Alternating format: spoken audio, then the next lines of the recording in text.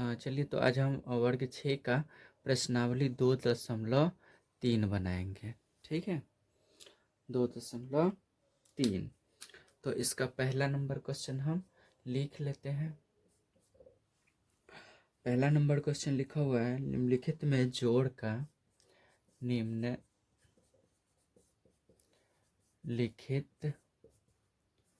में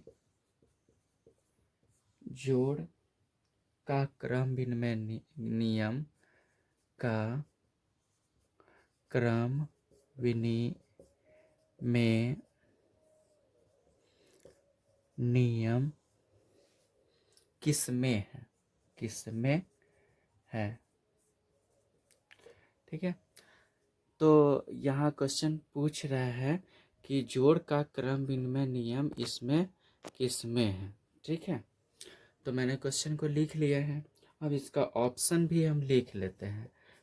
option number 1 है 5 गुने 8, 5 गुने 8 बराबर 8 गुने 5 है।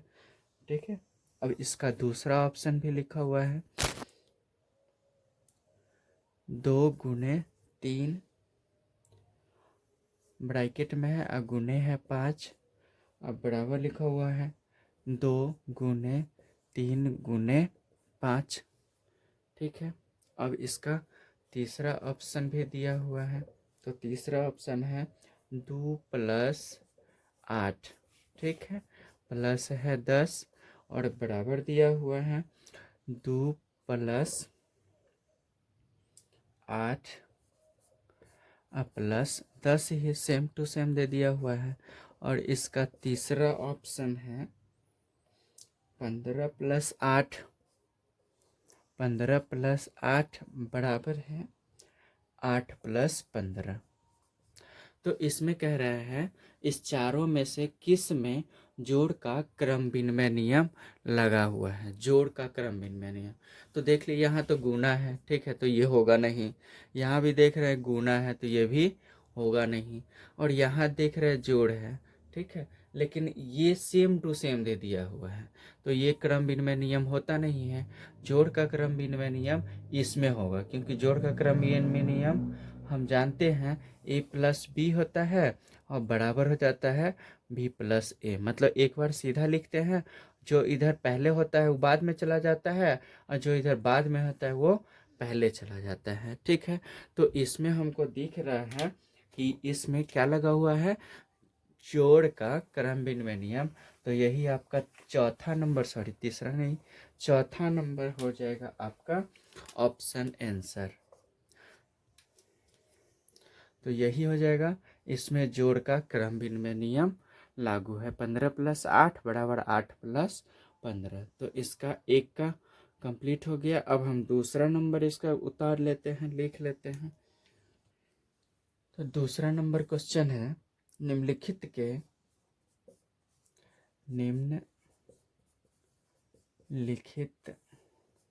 के उपयुक्त नियम लिखें, उपयुक्त नियम लिखें। इसमें कह रहा है कि कौन कौन नियम लगा हुआ है, किसमें कौन सा नियम लगा हुआ है, वो उपयुक्त नियम आपको लिखना है।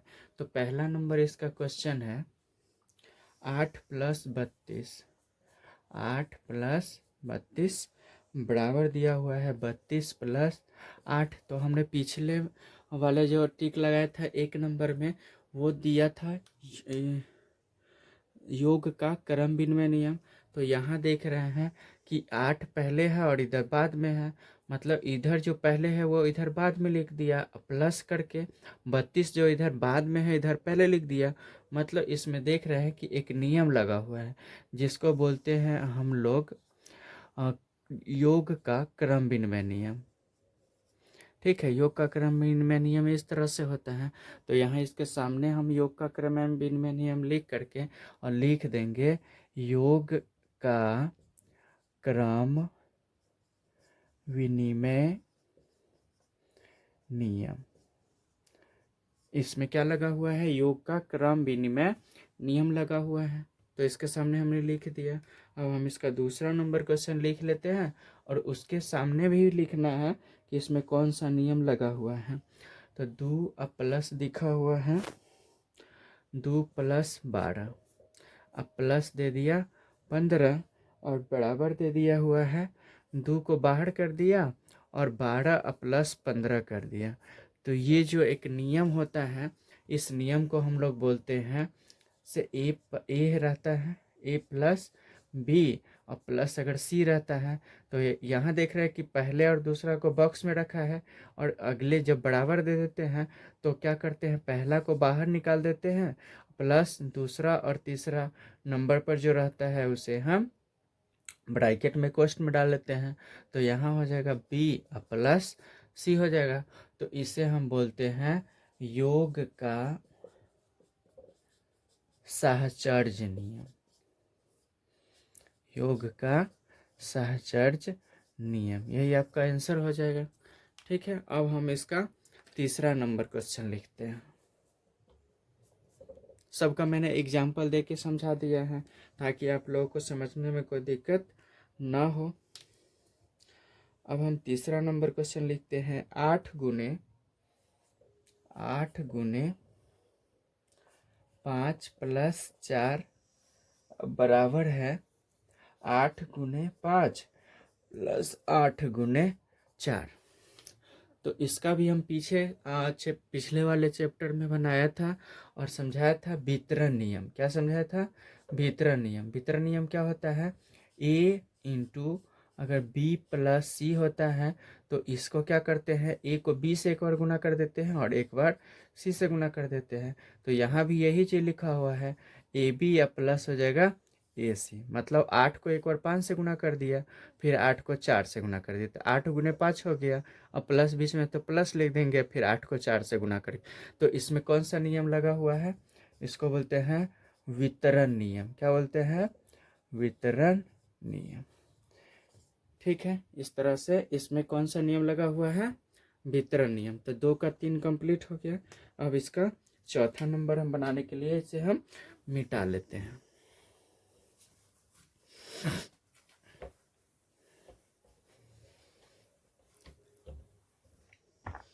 अब इसका चौथा नंबर हम लिख लेते हैं, 2 का चौथा, कि इसमें कौन सा नियम लगा हुआ है।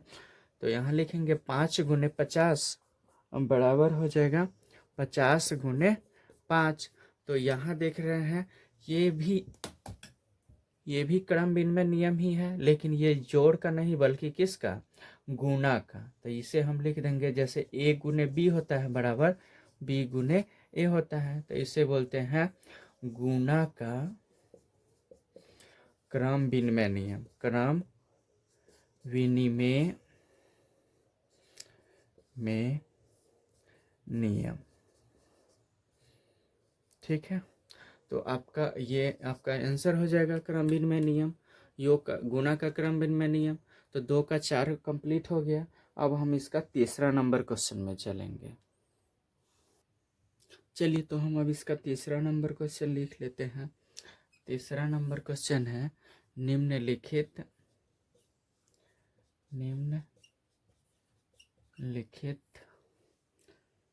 में से किस में शून्य निरूपित नहीं होगा, शून्य निरूपित नहीं होगा। ठीक है, चलिए, तो ये क्वेश्चन हो गया कि निम्नलिखित में से किस में शून्य निरूपित नहीं हो गया। और इसका एक नंबर क्वेश्चन लिखा हुआ है 3 का पहला, 1 + 0, 1 + 0। तो यहाँ देख रहे हैं कि 1 में अगर 0 जोड़ेंगे तो कितना हो जाएगा, तो 1 ही होगा। 1 में अगर 0 जोड़ेंगे तो 1 हो गया, मतलब ये यहाँ पे 0 नहीं आया। तो ये भी हो सकता है। चलिए, अब इसका आगे भी लिख लेते हैं दूसरा नंबर। तो यहाँ लिखा हुआ है 0 गुने 0। तो ये आपका हो जाएगा, 0 को 0 से गुना करेंगे तो 0 ही होगा। ठीक है, अब इसका तीसरा है, तीसरा दिया हुआ है आपका 0/2। तो जानते हैं कि 0 में अगर 2 से हम भाग देते हैं तो 0 ही होता है, तो ये भी 0 आ गया। अब इसका तीसरा नंबर हम क्वेश्चन लिख लेते हैं। तीसरा तो हो गया, अब इसका हम चौथा नंबर ऑप्शन लिख लेते हैं। तो ऑप्शन है 10-10/2। तो 10 में से 10 घटेगा तो 0 हो जाएगा, बटा 2 हो जाएगा, काटेंगे तो 0 हो जाएगा, बराबर 0 दे देंगे। तो देख रहे हैं, कह रहा है क्वेश्चन में निम्नलिखित में से किसमें शून्य निरूपित नहीं होगा। तो यहाँ भी शून्य आ रहा है, यहाँ भी शून्य आ रहा है, यहाँ भी शून्य आ रहा है, लेकिन नंबर 1 का जो है उसमें शून्य नहीं आ रहा है, क्योंकि 1 में 0 जोड़ते 1 आ जाता है। तो यही आपका हो जाएगा शून्य निरूपित नहीं होगा, पहला नंबर। तो आपका 3 का 1 हो जाएगा आंसर। ठीक है, अब हम इसका चौथा नंबर क्वेश्चन की तरफ चलते हैं।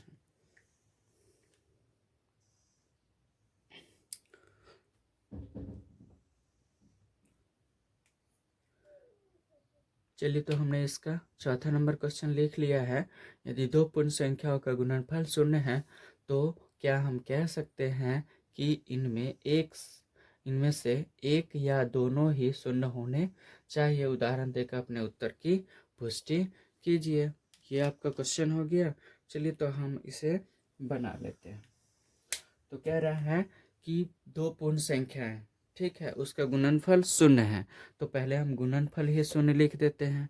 तो कह रहे क्या हम कह सकते हैं कि इनमें से एक या दोनों ही शून्य होने चाहिए। तो दो पूर्ण संख्या अगर मान लीजिए हम 0 लेते हैं तो 0 को 0 से गुणा करेंगे तो 0 तो आएगा ही। लेकिन अब कह रहे इनमें से अगर एक को हम 0 लेके देखते हैं कि उसका गुणनफल 0 आता है कि नहीं है। तो एक को हम 0 ले लेते हैं और यहाँ पूर्ण संख्या पर आप जो मर्जी हो, 1 2 3 4 5 एक से लेकर अनंत तक आप कुछ भी ले सकते हैं। तो हम यहाँ एक ही लेते हैं। तो एक को अगर हम 0 से गुणा करेंगे तो 0 आएगा। चाहे यहाँ एक के बदले 5 भी लीजिएगा तो 5 को 0 से गुणा कीजिएगा तो 0 आ जाएगा। तो ज़रूरी नहीं है कि दोनों का 0 होना मतलब होना चाहिए। तो हम इसमें से कह सकते हैं कि गुणनफल में अगर गुणनफल दो पूर्ण संख्या का गुणनफल अगर शून्य है तो एक भी अगर उसमें से 0 होगा तो संभव है कि उसका गुणनफल क्या होगा, शून्य होगा। ठीक है, उदाहरण देकर हमने उत्तर की पुष्टि कर दिया है। तो इसमें से लिख सकते हैं कि जरूरी नहीं है कि दोनों का शून्य होना चाहिए। इसमें से एक भी अगर शून्य होता है तो उसका गुणनफल कितना आएगा, शून्य आएगा। इस तरह से 4 का कंप्लीट हो गया। अब हम 5वां नंबर क्वेश्चन की तरफ चलेंगे।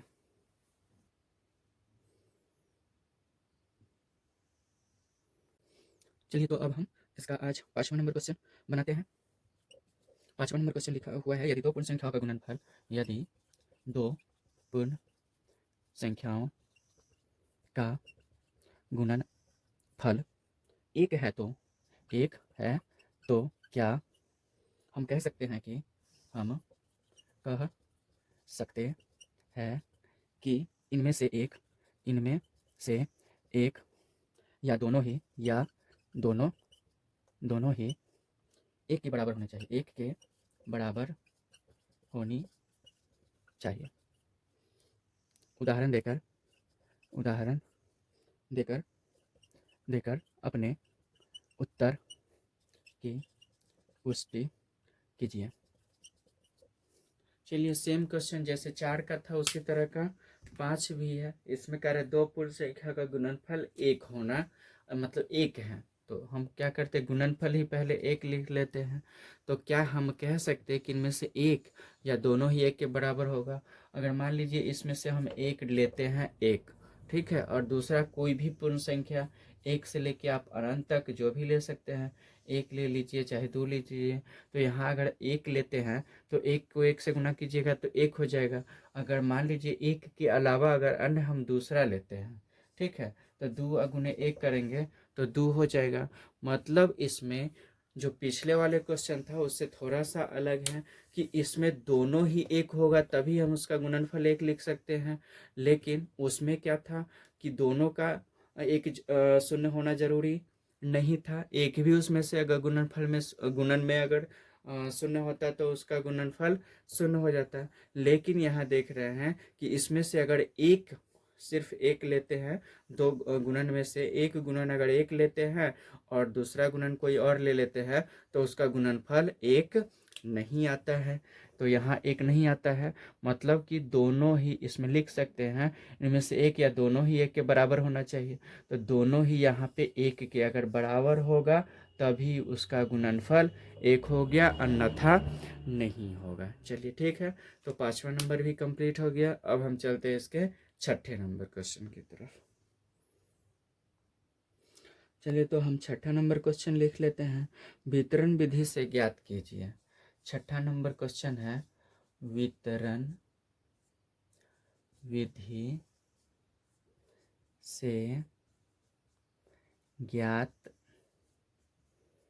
कीजिए। ठीक है, तो अब हम इसका क्वेश्चन लिख लेते हैं।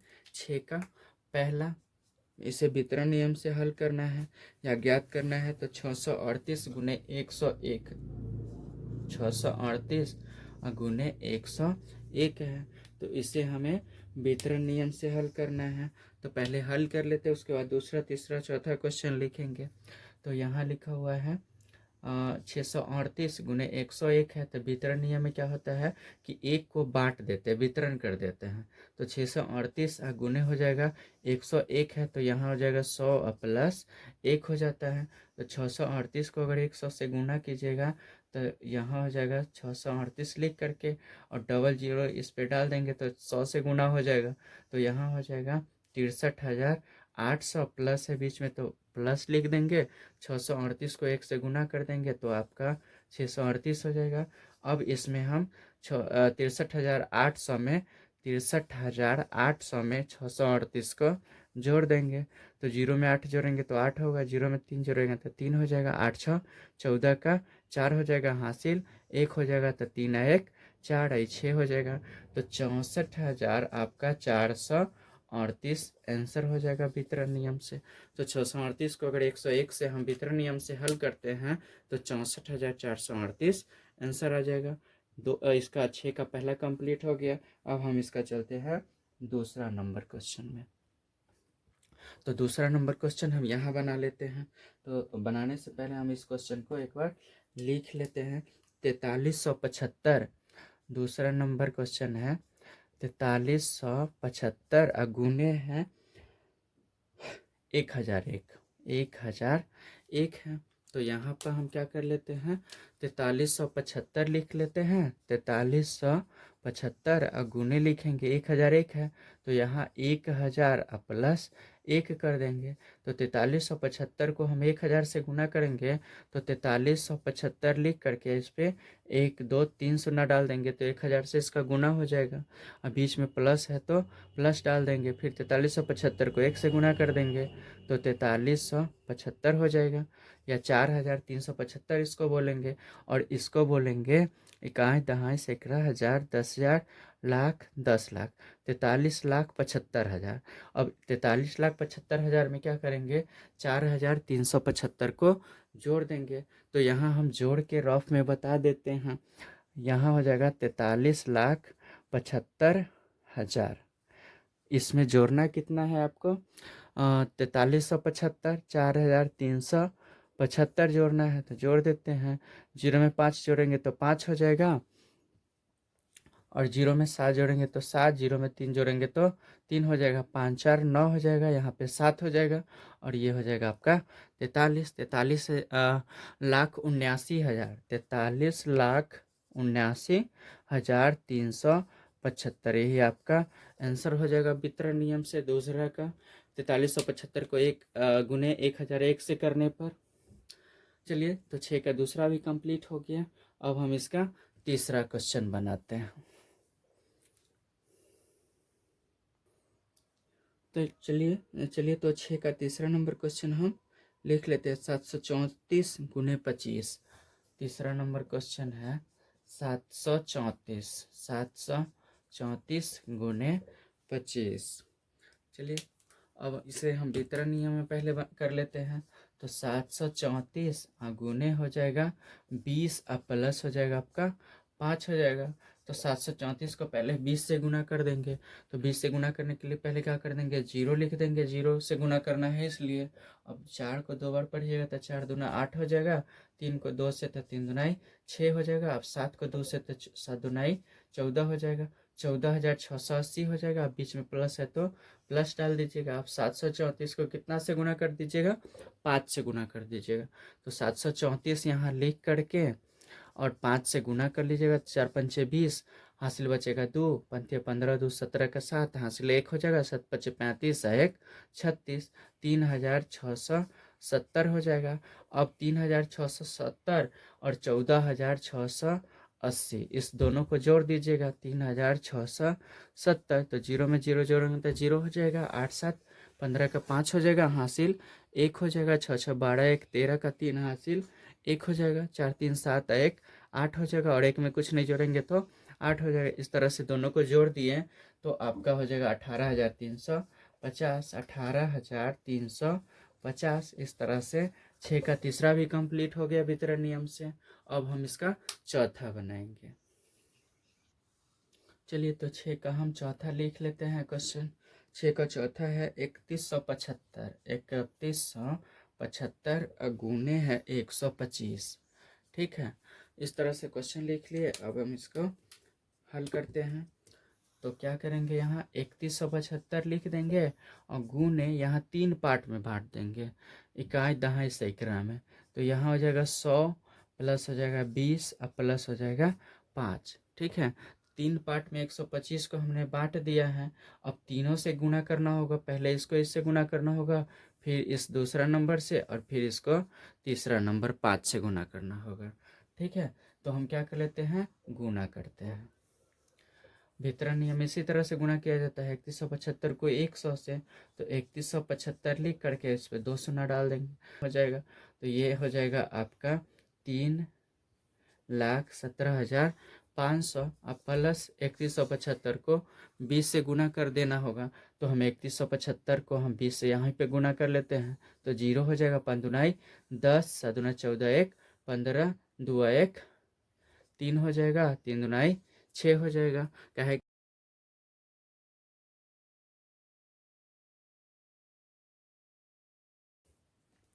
तो यहाँ पे 63,500। अब प्लस लिख देंगे 3175 को 5 से गुना करके। तो 3175 को हम 5 से यहीं पे गुना कर लेते हैं, 50 25, हासिल बचेगा 2, 7 5 35 और 2 37 का 7, हासिल 3 हो जाएगा, 5 1 5 या 3 8 हो जाएगा, 5 3 15 हो जाएगा, 15,875, 15,875 हो जाएगा। अब हम तीनों को एक साथ क्या कर देंगे, जोड़ देंगे। तो हम लाइन से लिख लेते हैं और जोड़ देते हैं। 3,17,500, 3,17,500, इसमें जोड़ेंगे 63,500, 63,500, इसके बाद 15,875, 15,875। हम तीनों को क्या कर लेते हैं, जोड़ लेते हैं। तो 5 में कुछ नहीं जोड़ेंगे तो 5 हो जाएगा, 7 में 0 जोड़िएगा तो 7 हो जाएगा, 5 5 10 8, 18 के 8 हो जाएगा, हासिल 1 बचेगा, 7 1 8, 3 11 5, 16 के 6, हासिल 1 बचेगा। तो 1 1 2, 6 2, 8 1 9 और 3 है तो 3 ही रहेगा। तो 3,96,000, 3,96,875, यही आपका वितरण नियम से 3175 को 125 से गुना करने पर आएगा। ठीक है, तो 6 का चौथा भी कंप्लीट हो गया। अब हम इसका 5वां नंबर क्वेश्चन की तरफ चलेंगे।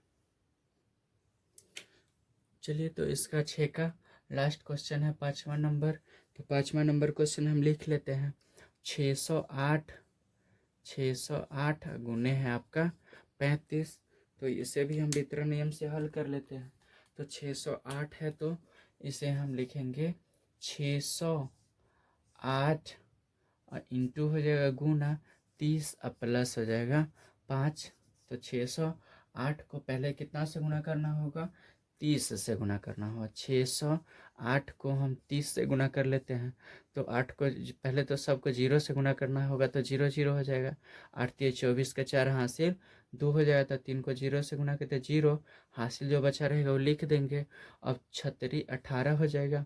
अब दोनों को जोड़ेंगे तो 0 4 2 एक 8 हो जाएगा, तो 18,240 हो जाएगा। 18,240, बीच में प्लस है तो प्लस लिख देंगे।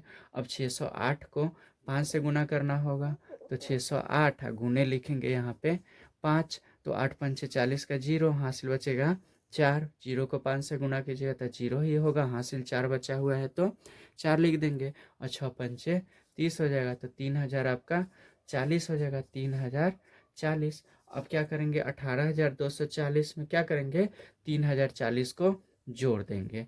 18,240 में 3040 जोड़ देंगे तो जीरो हो जाएगा। जीरो में जोड़ेंगे तो जीरो हो जाएगा, 4 4 8 हो जाएगा। दो में जीरो जोड़ेंगे तो 2 हो जाएगा, 8 3 11 हो जाएगा। और हासिल एक बच गया तो 1 1 2 हो जाएगा। तो ये हो जाएगा 21,280, 21,280। इस तरह से 6 का पांचवा भी कंप्लीट हो गया। वितरण नियम से गुणा करना था, सबको हम वितरण विधि से ज्ञात कर लिए। अब हम इसका 7वां नंबर क्वेश्चन में चलेंगे। 7वां नंबर क्वेश्चन है, निम्नलिखित प्रतिरूपों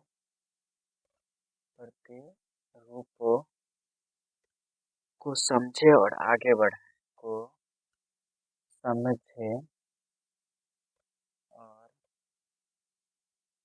आगे बढ़ाएं।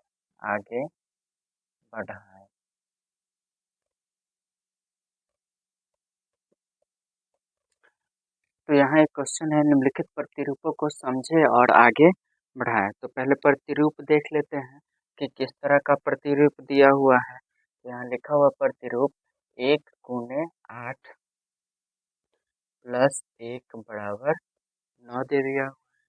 फिर यहाँ 1 के बाद 2 दे दिया और गुने आपका 8 ही रहेगा, प्लस 1 के बाद 2 दे देगा। अब बराबर हो जाएगा आपका 9 और 8 हो जाएगा। फिर यहाँ पे 1 2 3 हो जाएगा और गुने यहाँ भी 8 हो जाएगा और प्लस यहाँ 3 हो जाएगा।